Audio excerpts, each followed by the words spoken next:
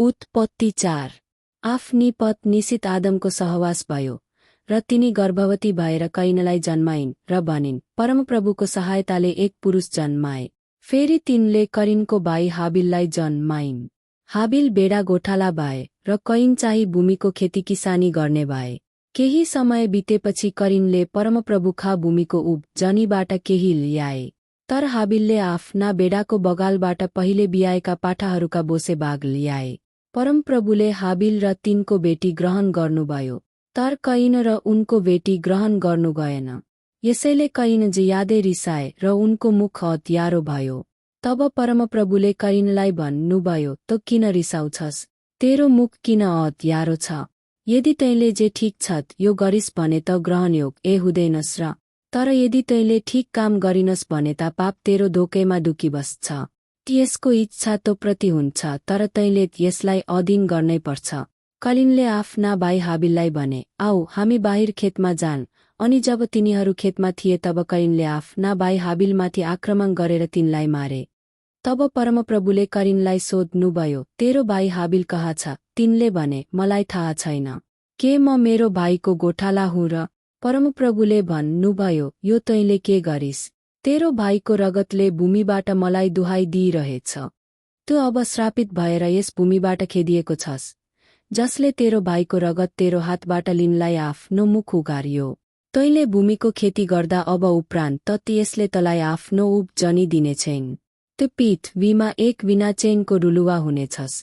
कैनले परमप्रभुलाई भने, मैले सहनै नसक्ने कडा दण्ड मलाई भयो।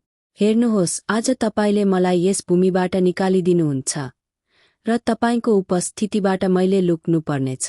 म पृथ्वीमा बिना चैनको डुलुवा हुनेछु र मलाई फेला पार्ने जोसुकैले पनि मलाई मार्नेछ। तर परमप्रभुले तिनलाई भन्नुभयो, त्यसो होइन, जसले कैनलाई मार्छत् यससित 7 गुणा बदला लिइनेछ। अनि कैनलाई कसैले फेला पारेर नमारोस् भनी परमप्रभुले तिनीमाथि एउटा चिन्ह लगाइदिनुभयो। तब कैन परमप्रभुको उपस्थितिबाट निस्केर अदनको पूर्वपट्टि भएको नोद 1 भन्ने देशमा बस्न लागे। आफ्नी पत्नीसित कैनको सहवास भयो र गर्भवती भएर तिनले हनोकलाई जन्माइन्।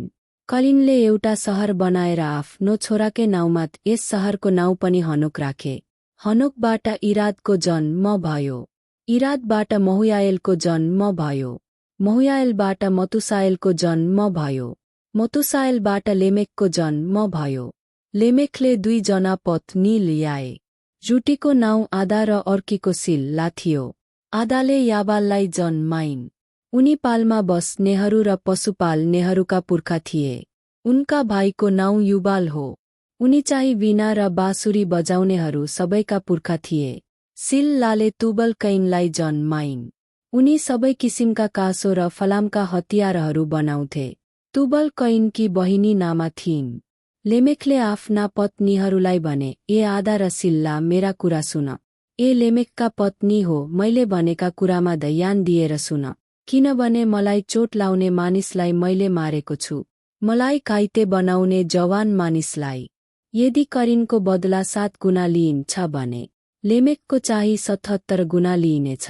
फेरि आफ्नी पत्नीसित आदमको सहवास भयो र तिनले 1 जना छोरा जन्माइन् र तिनको नाउँ यसो भनेर सेत राखिन्। करिनले मारेको हाबिलको सट्टामा परमेश्वरले 1 जना अर्को बालक मलाई दिनुभयो। सेतको पनि 1 जना छोरो भयो र उनको नाउँ एनोस राखियो। त्यस समयदेखि मानिसले परमप्रभुका नाउँको पुकारा गर्न सुरु गरे।